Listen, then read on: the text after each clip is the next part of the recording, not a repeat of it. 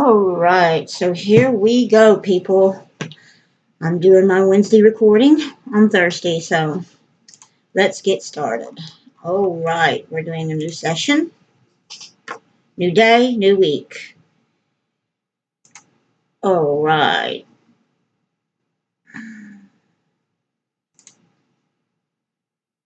Hello, my iPod viewers out in iPod land.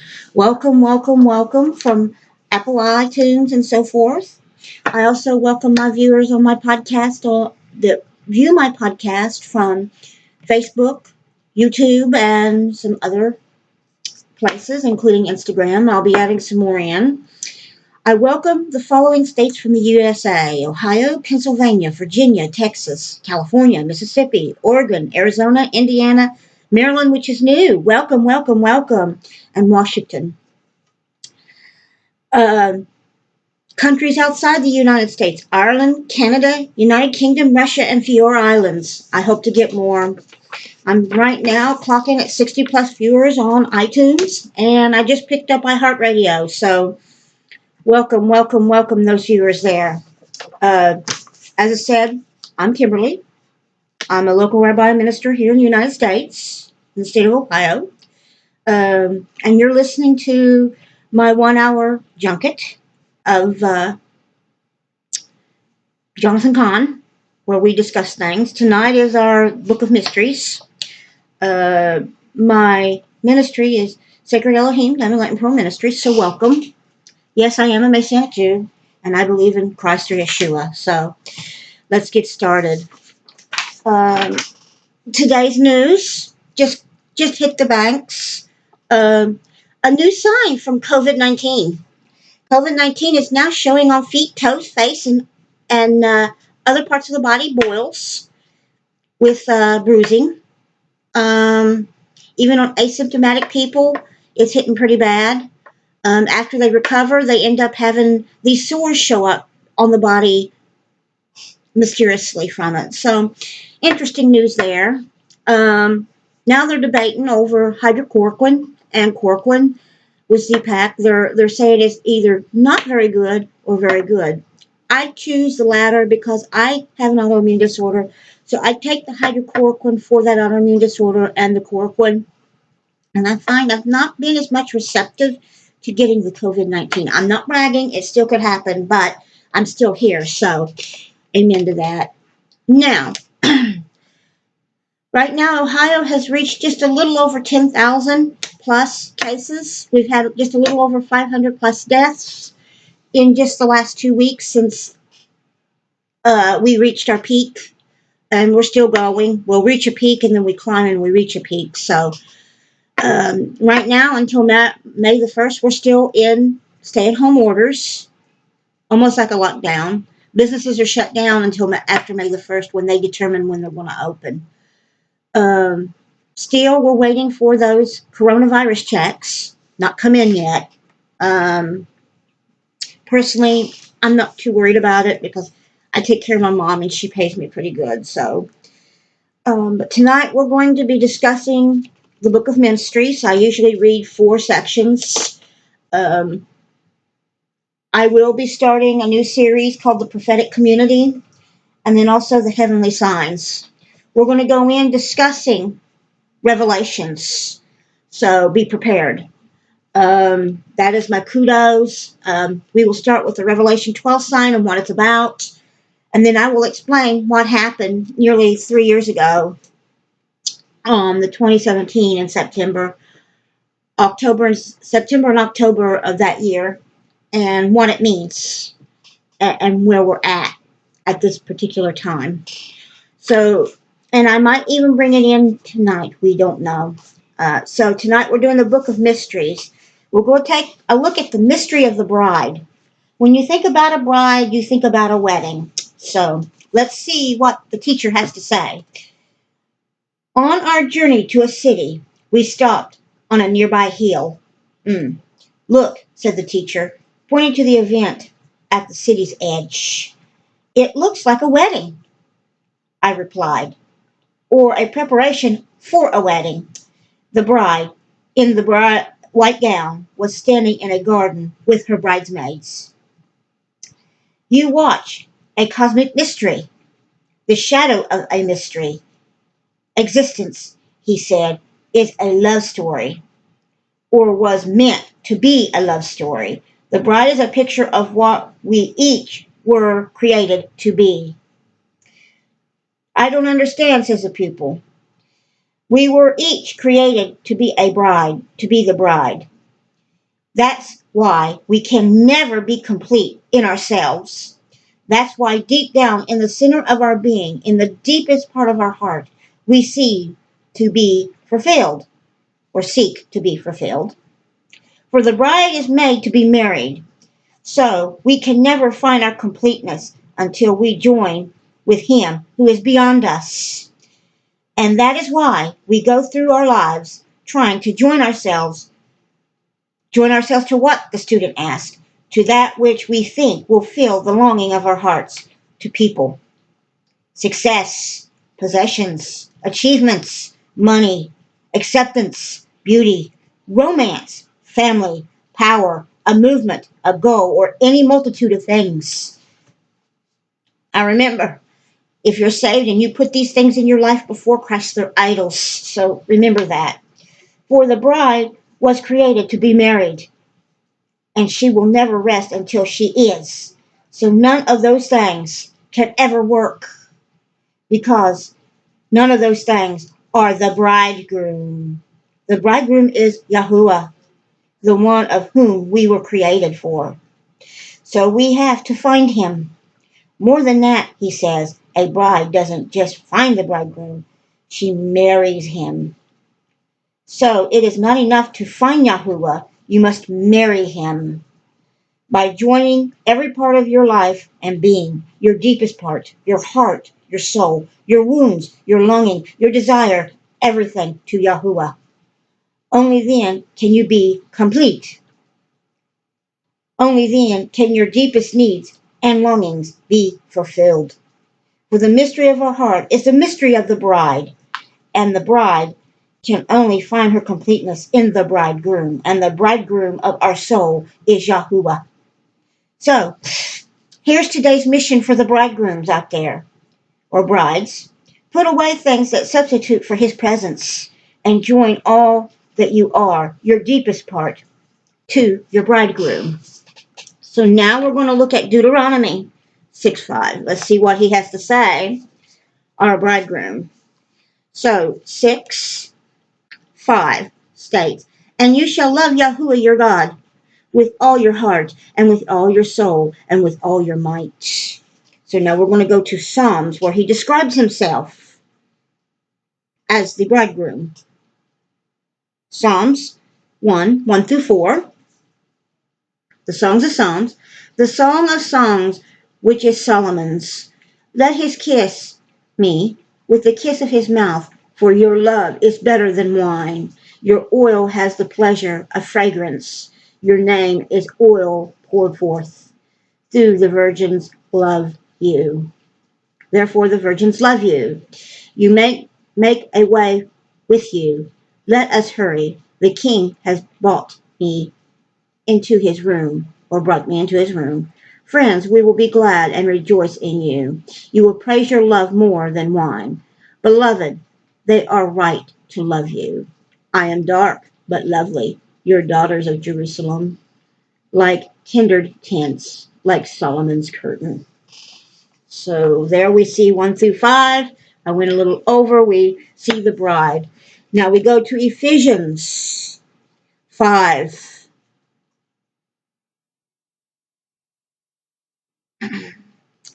5:28, and we're going to look at 28-32, what it says there. Even so, husbands also ought to love their own wives as their own body. He loves his own, his wife loves himself.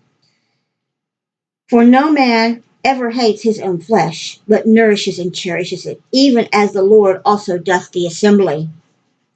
Because we are members of his body, of his flesh and bone.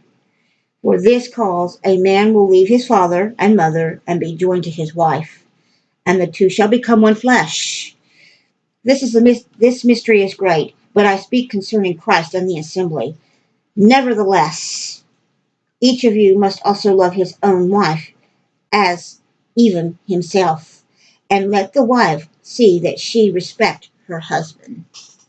So the alluding here is talking about a husband and wife after marriage and what they're supposed to be. We are supposed to be the same as the husband and wife to Yahuwah, Yeshua. So let's go and look at another one here in about 10 minutes. So just think, we are his children, but we also are a bride. So no matter where you're from Israel or no matter where you're from the Gentile, we are one. So we need to look at ourselves to serving our King as a bride would serve her husband. So we must adorn ourselves that way, according to what the teacher says in the Book of Mysteries. So we will read another one. The next one will be the power of Yud, or Yud, as it is pronounced, or Yud. We'll go see what Yod means, which is a Hebrew letter in the alphabet, and we'll see how this plays out and what it shows as Yahuwah and Yeshua Yahuwah are. So right now we're coming to the top of the hour. I'm going to cut off a little bit and break, and I'll be back in about 5 to 10 minutes. And as I say, kudos. Now, everyone, I'm going to welcome you to Impact Church. Yeah, we're not having services in the building right now due to Corona, but nevertheless, I still read it. Sundays at 11 a.m., we do our car services. Throughout the week, we have Pastor David Amos and the group doing things online. The church is at 2319 South 6th Street, Taunton, Ohio. They just want to give you a little bit of extra stuff with love from God. Remember, impact@arlington.com. That's their website. You can get more information there. Or you can find them on Facebook or Instagram. On Facebook, we do our live streaming 3 or 4 days a week. We also have prayer sessions, which they mention. If you want to join internationally, I welcome you. I also welcome you locally to doing online. I go there. I, of course, took 2 weeks off from there because I had some sabbatical stuff I had to do, but I will be there next Sunday. So letting David and my other brothers and sisters know, hey, everybody, I'll be back. Um, as I say, my iPod viewers, my viewers from iHeartRadio, especially, that I welcome you here today, and welcoming my other viewers from Anchor and some other sites that I deal with. Currently, right now, I'm waiting for approval for Google, so we'll see what Google iTouch does. But right now, I have you guys. I have 60 plus million viewers on one, 60 plus thousand on another, and then I'm doing this one here. So I welcome you guys. I welcome my viewers from Facebook and other outlets. Even though Facebook's a little smaller, hey, more power to it. It reaches more people. So we're going to cut here for about 15, 20 minutes, maybe less. We'll see how long I want to do it, and then I'll be back. So I'll see you guys at Impact.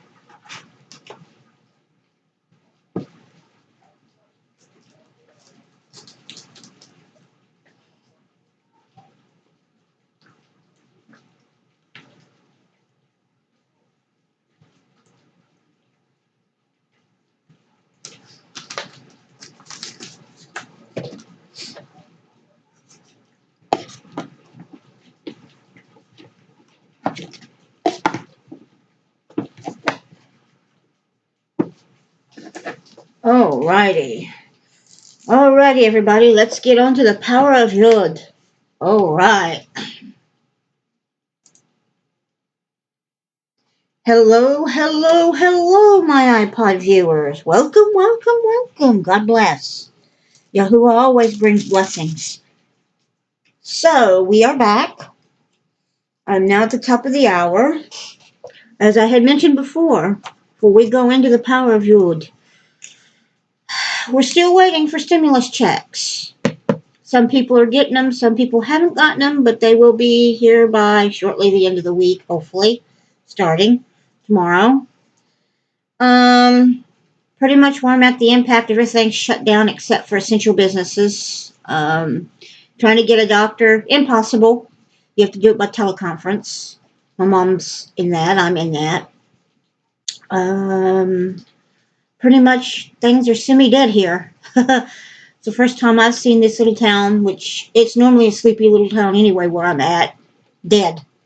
Not one car, not one person out. Occasionally they get out, but not a lot. Corona has pretty much shut down life almost. I'm sure in the other places I mentioned, Texas and that is even worse. But we gotta look at it this way. As I said, some of this will tie into the signs and the stars and heavens by Marlon Hicks, and then we'll be talking about the prophetic community and how it plays in ministry. Currently, I run my own prophetic ministry, which is what you're listening to now. I'm not doing it because I want to do it. I'm doing it because I love doing it, and I love my Lord. I love Him so much that I'd die doing it. But right now, we're going to get into the power of the Yud. So the teacher led me out into the desert ravine, where he sat down in the sand, face to face. He picked up a stick, and with the slightest of movements, he created a smallest of marks in the sand. Now I'm going to explain what he was doing. He was drawing in the sand the sign of the Yud. A Yud is just a little tiny apostrophe. Pardon for the sound. It means so much more in the Jewish lit because it represents something that represents a name. Okay, this can change your life, he said. An apostrophe. I said, a Yud. What is a Yud? The student asks. A Yud is a letter, the smallest of Hebrew letters, barely more than a dot. So small you can miss it, for the Yud comes from the Roman word I or J, and from the Yud comes the Greek word iota or iota, as in not one iota or iota. Yes, or as it is not just a jot. It all comes from the same tiny letter. So it's the smallest of letters. Why is it so significant? The student asks. That's the point. As the smallest of letters, it is most significant. It is the Yud that begins the greatest and most sacred of all names. The sacred name of Yahuwah, Yahweh, which with a Yud, the land of Yahuwah, Israel began. With a Yud, the city of Yahuwah, Jerusalem, begins with a Yud. And the name of Yeshua, or Jesus in Hebrew, begins as well with a Yud.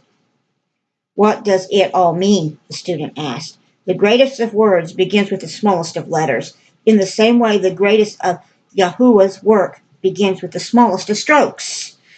Life itself begins on the scale so small it can't even be seen. It's the secret of the Yud, and how does one apply it? We are called to the new and to change, but by nature we avoid both the newness, and change. So how do you change? How do you go from a life of failure to a life of victory? It's an overwhelming perspective. Think. So how do you do it? With the Yud. You start by taking the Yud of steps, the smallest of steps towards the greatest of change. You don't start out with a great victory, but you take the Yud, one small action, one little step towards the great victory. You take the one step, the Yud of courage, the iota of change, the smallest stroke of new beginnings, the Yud of the life you're called to live. You begin the greatest of things with the smallest of strokes. You begin by applying the secret of the Yud. So think, Yud, small. So today's mission, today take the smallest of actions, but in a new direction. The first step towards the life of victory you're called to live, the Yud of a new journey. So we're going to go to Job.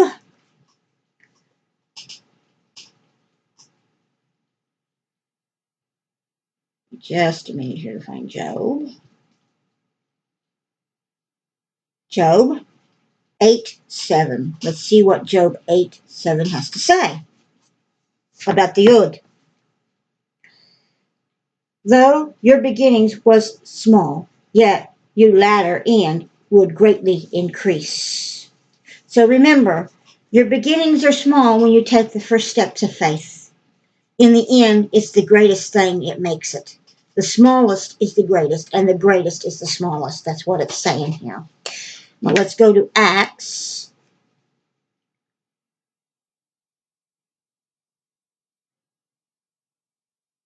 3. And we're going to look at 4 through 9. Peter, fastening his eyes on him with John, and looked at us. He listened to them, expecting to receive something from them. But Peter said, Silver and gold I have none, but what I have, that I give you. In the name of Yeshua of Nazareth, or the Messiah, get up and walk, or the Christ. He took him by the right hand and raised him up. Immediately his feet and ankles and bones received strength. Leaping up, he stood and began to walk. He entered with them in the temple, walking, leaping, and praising Yahuwah. All of the people saw him walking and praised Yahuwah. So with the smallest of actions, the smallest of actions can change lives.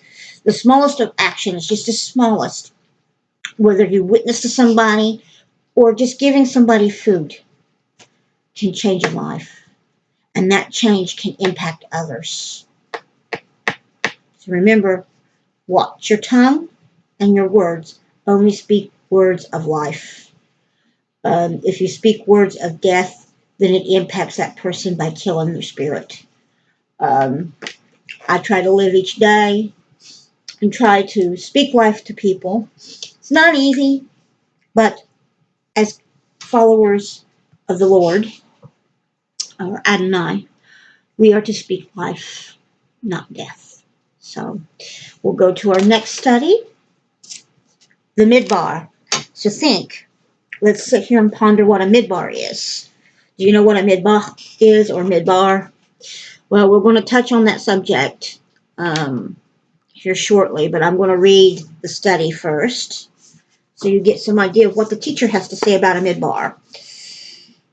He took me out into the desert to an immense valley surrounding a reddish mountain, which turned increasingly purple and blue as we extended out into the far distance.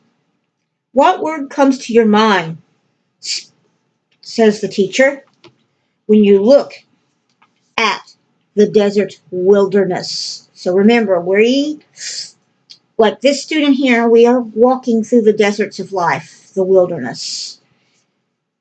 Now put to mind what I mentioned and describe if this is not part of your life. Dry, barren, hot, austere, severe, hard, forbidden. And when people go through this time of loss, crisis, tragedy, loneliness, conflict, hardship, problems, separation, tears, we speak of going through the wilderness. And yet, the wilderness is a holy place. It is in a desert wilderness that Yahuwah gave his law, his words, and where we reveal his presence. The wilderness is holy. So the hard times in our life are holy. For those who are his children, yes. And the student asks, how so? How so? In Hebrew, the wilderness is called a midbar. A midbar comes from the root word devar. Devar means to speak. Think. Midbar, devar. What is the wilderness? It is the midbar. What is the midbar? It is a place where Yahuwah speaks, the place of his voice. It is where Yahuwah especially talks to us. Why did he bring his people into the wilderness, into the midbar? So he could speak to them, but brought Moses into the midbar to speak to him through the burning bush. He brought Elijah to the midbar to speak to him in a still small voice. So too he brings us into the wilderness that we might speak to him. What is it about the wilderness that makes it the place of God, Yahuwah speaking? Look around you. He says, what do you see? Not much. Rocks, sand, mountains, the student says. That's why, says the teacher. God speaks, but we don't hear. We have too many distractions. But in the wilderness, the distractions are gone. So Yahuwah brings us to the wilderness that we might hear his voice. Therefore, do not fear or despise the wilderness of your life. And don't despise his removing of the distractions. Rather, embrace it. Draw closer to him and listen to what he is saying. Seek to hear his voice, and you will hear him. For the wilderness in your life is not just a wilderness, it is holy ground. Midbar, the place of his voice. So, the mission today: put away distractions, those things that keep you from hearing, and go into the wilderness, the midbar, to seek the voice of Yahuwah. So we are going to look at Deuteronomy 8. Oops. Deuteronomy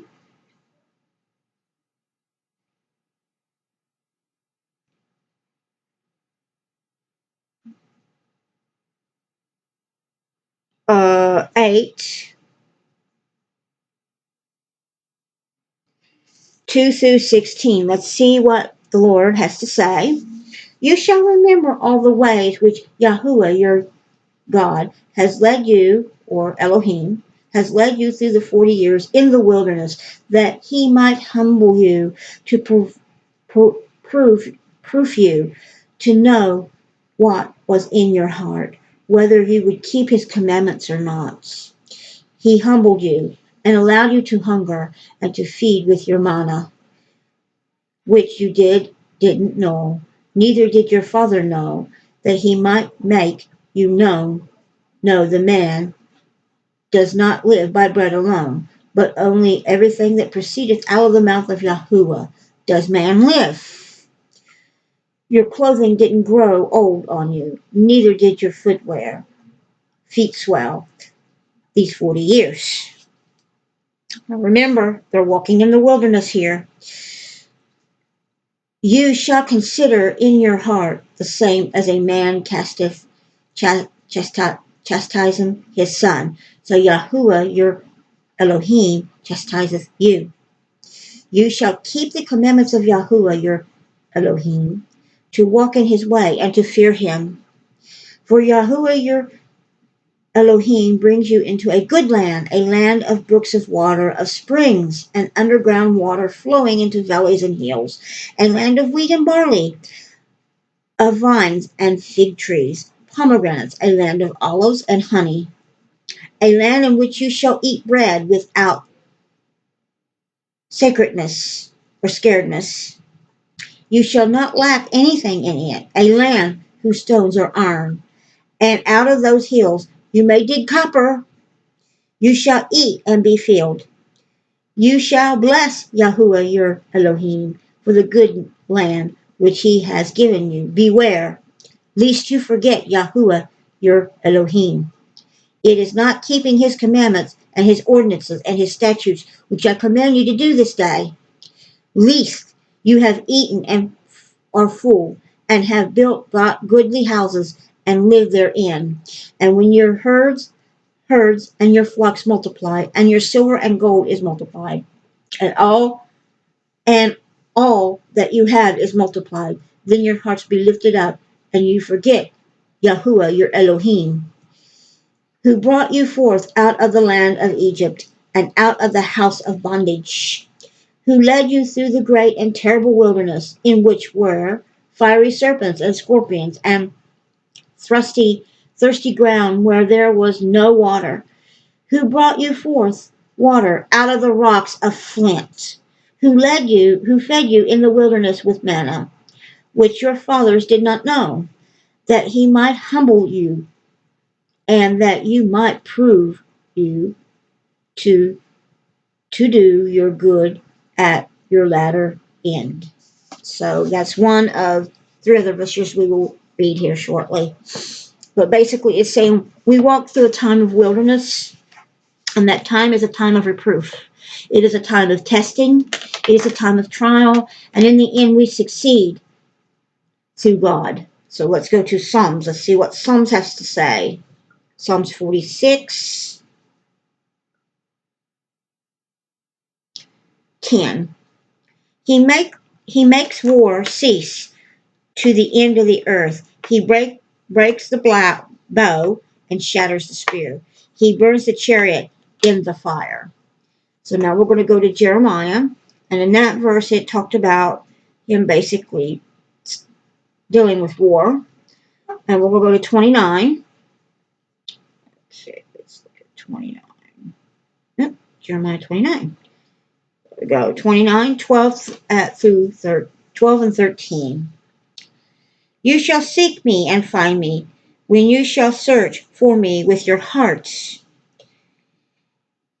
Okay, and before that he goes and says, you shall call on me, and you shall go and pray to me, and I will listen to you. And then in 13, we're going to repeat it again. He says, you shall seek me and find me, and when you shall search for me with all your heart. So we are in the desert place or the wilderness place. In that time, we're supposed to seek him, and we find him. Okay, so let's go to Luke.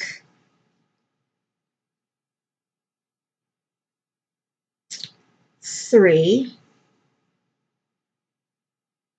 2, and the see it says, in the high priesthood of Ananias and Caiaphas. Interesting. The word of the Yahuwah came to John, the son of Zechariah, in the wilderness. So again, we see the word comes to us in our time of wilderness. So we are going to cut here. Just remember what a midbar is. It is our time of wilderness. So again, I welcome you to Impact Church. They have car church services on Sunday at 11 a.m. The building is at 2319 South 6th Street, Arlington, Ohio. You can find their webpage at impact-arlington.com. You can find them on Instagram or Facebook. Just type in Impact Church, Arlington. You can also contact me at starcross@gmail.com. I won't give phone numbers right now. I just give my email. If you have any questions related to what we're talking about, just email me. Or you can find me on Facebook, where I post my videos quite frequently. And you can IM or chat with me. I will not, and I will say, I will not answer IMs that deal with sexual content. So please be mindful. I've had several viewers that have contacted me and started doing things like that. I'm not that kind of woman. I'm a virtuous woman. If you're a listener, you listen to my words and you listen to what God has to say. I won't answer you. You'll just get kicked off. Sorry. So I'm going to cut here for a little bit and I'll be back in about 5 minutes, brothers and sisters.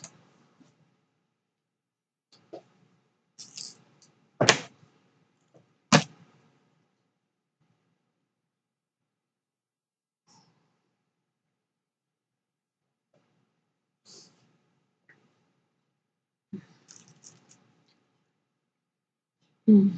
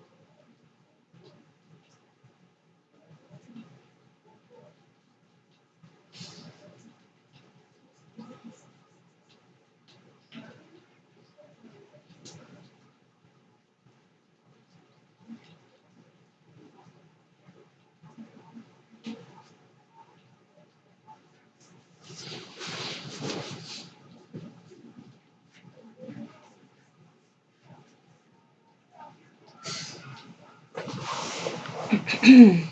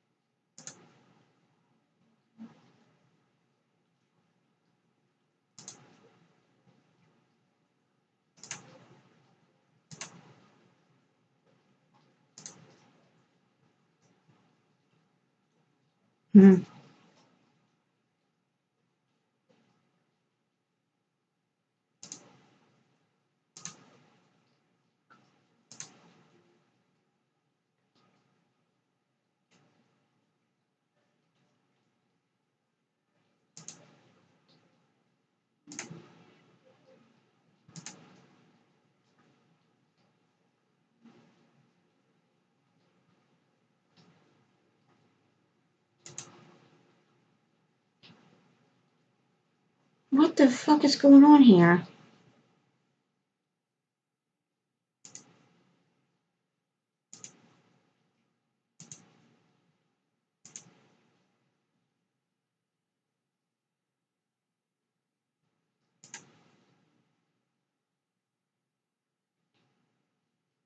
I'm gonna have to get off of Anchor and sign back in.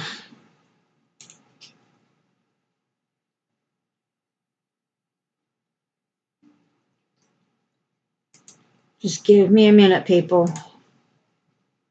Anchor's acting up.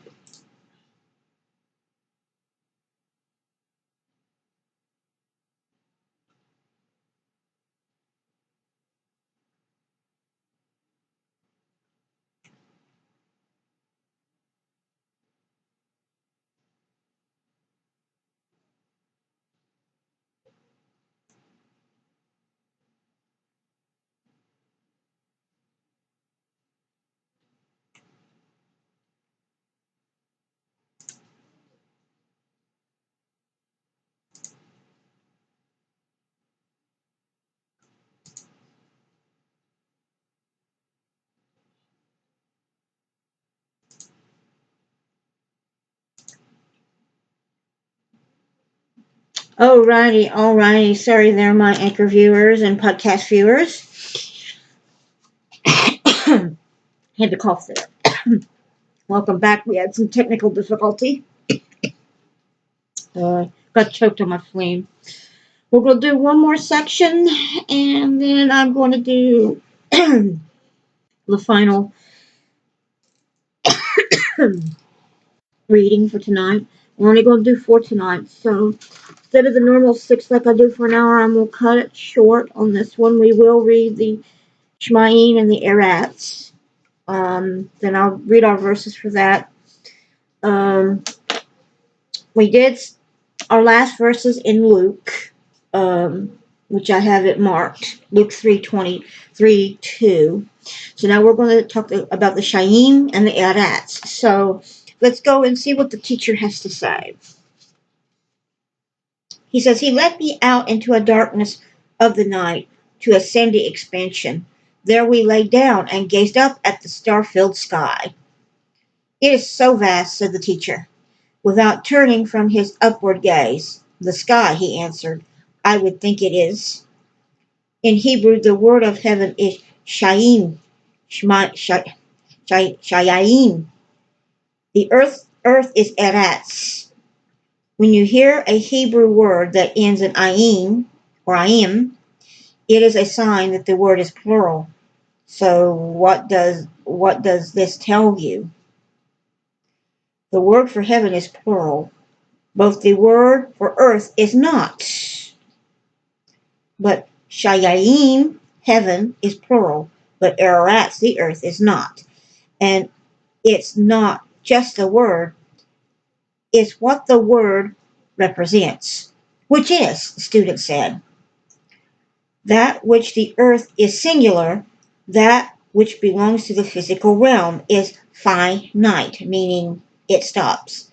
Everything that is physical is limited.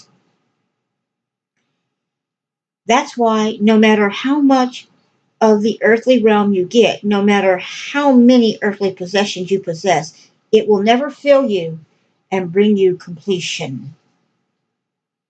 Interesting that the teacher would say that.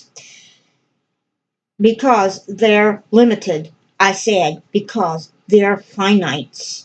And so a life focused on the physical, a life filled with limitations, but if you empty your heart of physical things, then you empty yourself of limitations. So the things of earth are finite, he said, but the things of heaven are infinite or infinite. The infinite or infinite will fill the heart. But how does one get away from living in the earthly realm? One doesn't, says the teacher. He can't escape living in the earthly realm, but you don't have to live of the earthly realm. You must deal with earthly things, but you don't have to fill your heart with them. Set your heart on that which is heavenly. Fill up your heart with that which is spiritual. For heaven is the Shayaim. The Shayaim has no limit, and therefore a heart filled up with that which is spiritual and that which is heavenly becomes unlimited. So our mission with this today is, what are you possessing today? Let go. Free up your heart for its earthly possessions and fill it up with the spiritual and heavenly. We'll go to Isaiah 55. Your books are on your tablet. 9. Let's see what it says. As the heavens are higher than the earth, so are my ways higher than your ways, and my thoughts your thoughts. This is what Yahuwah is stating. So he's saying his thoughts are much higher than our thoughts, and his mind is much higher than our minds. He has plans for us that are much higher than what we can think or feel, and he can make that greatness happen. Okay, let's go to Philippians 4, 8, and 9. Finally, brothers and sisters, where things are true, whatever things are honorable, whatever things are just, whatever things are pure, whatever things are love, whatever things are of good rapport, if there is any virtue and there is any praise, think about these things. These things which you learned, received, heard, and saw in me, do these things. And the Yahuwah of peace, or God, will be with you always. So if we think of these things which deals with heaven versus the earth and try to apply his virtues, then we're thinking of him. So that is our last reading for today. I'm kind of cutting it down. Instead of doing the normal 6 or 7 readings, I did 4 today. So we are on day 9 of our study on the Book of Mysteries. So I'm going to put the Book of Mysteries away. Now, as I said, we will be starting the Prophetic Community, which is written by Kim M. Mays. I will have the outlines for the first 2 chapters next week. But I want to discuss something. I'm going to pose a question. A very important question this last half hour. If you had a choice to understand the Bible in the context of the Jewish sense, we are going to go to Revelation 12.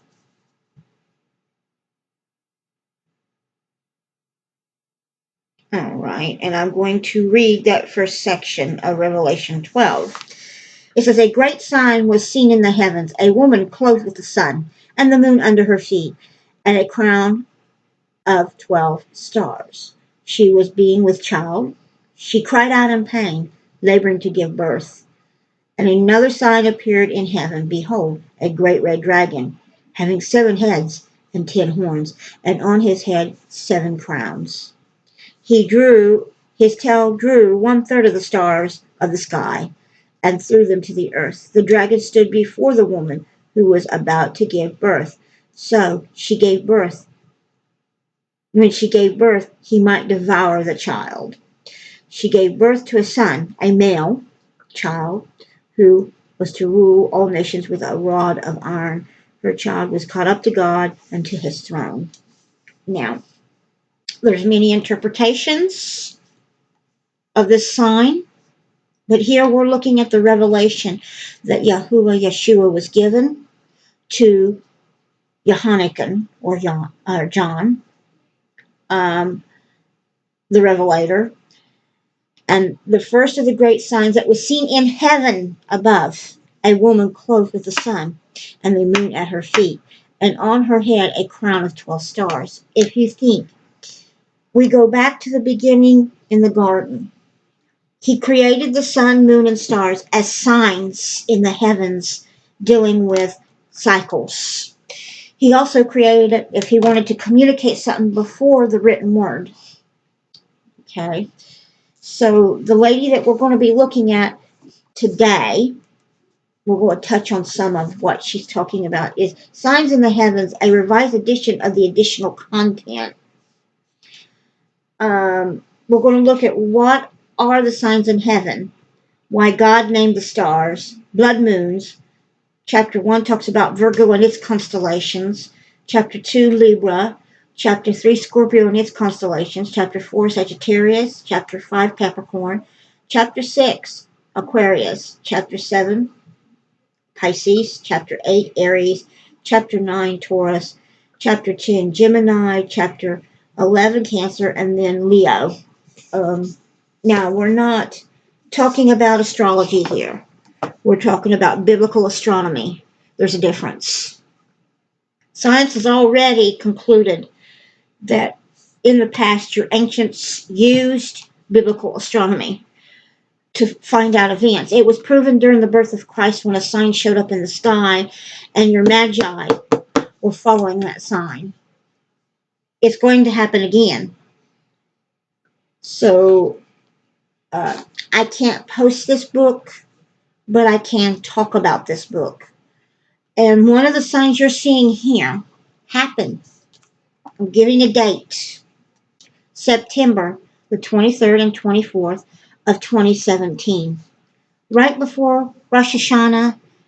I believe it was right before Rosh Hashanah, right in the middle, just shortly after Rosh Hashanah, and in between Yom Kippur. There was a sign in the heavens with a woman with 12 stars on her head, and she was clothed with the sun, the moon at her feet, and Jupiter come through her legs.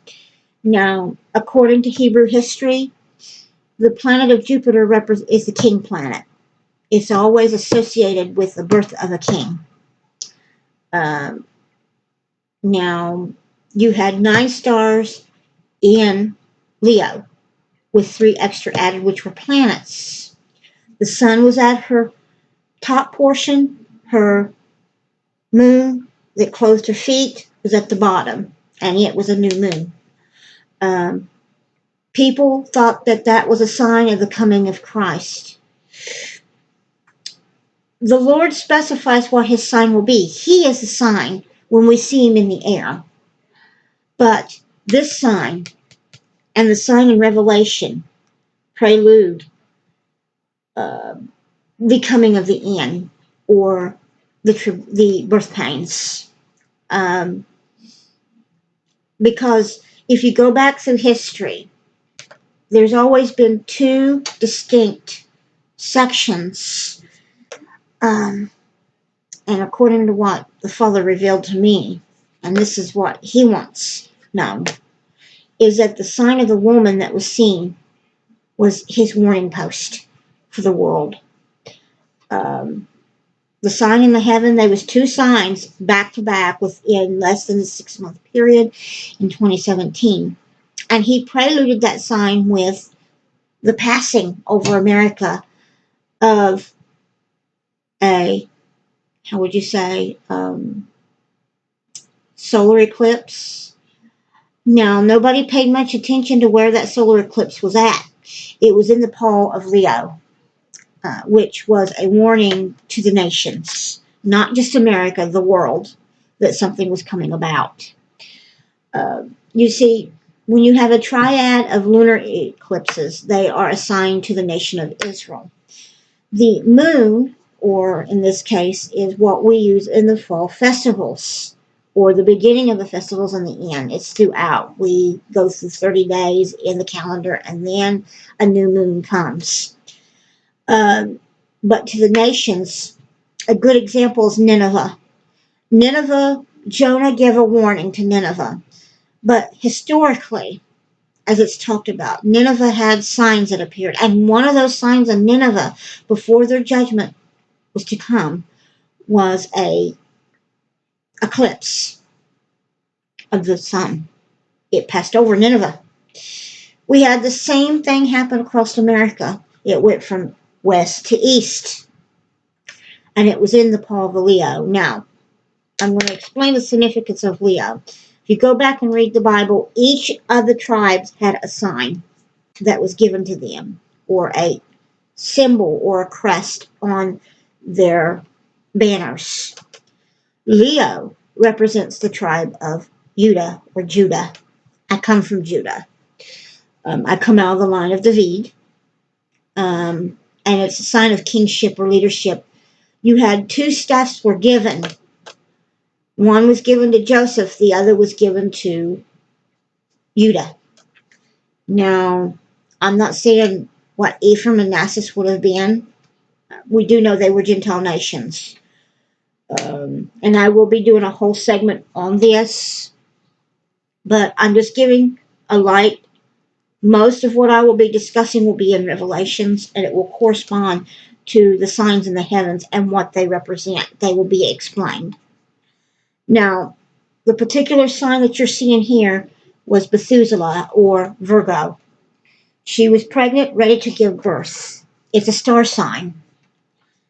And don't tell me that God doesn't use the heavens to communicate. He does, because he said, as is in heaven, so is on earth. As on earth, as in heaven. So in other words, his dwelling place before the temple, the tabernacle, reflected what was in heaven. So I would care to believe Yahuwah's word over anything else. So according to what we're seeing here, a sign shows in the heavens of a woman clothed with the sun, the moon at her feet. She's standing on the moon. And she had a crown of 12 stars, meaning she was a queen. Okay? Or a Maleki. Sorry there. Little visitor coming in. She would have been a Maleki or Malachi, which means queen. Queen sovereignty. Anyway, this sign is showing that she's giving birth. It's more than just representing Christ. It's representing two nations, a nation within a nation. So we will go into this in more detail. We'll cut the hour here, and I'm going to start a whole new segment on the signs of the heavens. So this is going to be an interesting correlation to what we are studying with the mystery, Book of Mysteries. This is a mystery that nobody has been able to figure out for nearly 4,000 years plus, because throughout the Bible or the book, it's been mentioned, and even my own people have missed it. So we are going to touch on it and what I know it represents, or what I understand it represents. So I'm going to let you go here, and just remember the signs of the heavens is what we're going to talk about the second half.